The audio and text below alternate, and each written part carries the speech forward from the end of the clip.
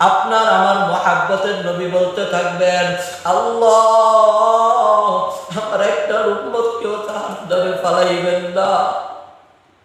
আল্লাহ রাসূলের এই কান্না মাখা আওয়াজ শোনার পর আল্লাহ তাআলা ফেরেশতাদেরকে ডাক দিয়া বলবে, ও আমার ফেরেশতারা ৭০,০০০ শিকল জাহান্নামের ভিতরে লাগাইয়া দাও।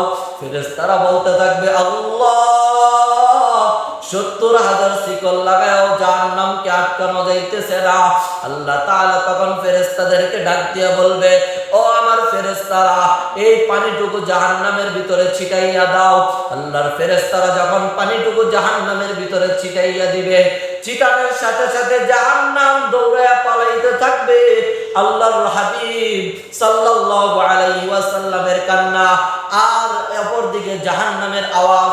যখন জাহান্নামটা দৌড়াইয়া পালাইতে থাকবে, ফেরেশতারা ডেকে ডেকে বলবে, আল্লাহ এমন কি পানি এটা?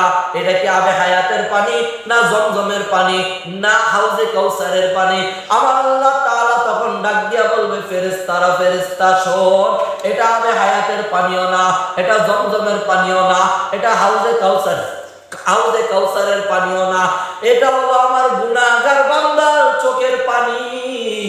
এই গুনাহগার বান্দা সারাটা দিন কষ্ট করিয়া, সারাটা দিন চাকরি করিয়া, খেতে কামারে কাজ করার পর আমি আল্লাহ তাআলার দরবারে যখন হাজিরা দিত, আমি আল্লাহ তাআলার দরবারে যখন হাত দুইটা উঠাইয়া বলতো, ও মালিক, সারাদিন যতই ইবাদত করি না কেন, যতই গুনাহ করছি না কেন, এই তাহাজ্জুদের নামাজের ভিতরে দাঁড়াইয়া আপনি আপনার কাছে এমন ভাবে তওবা করতেছি, আর জীবনে গুনাহ করব না।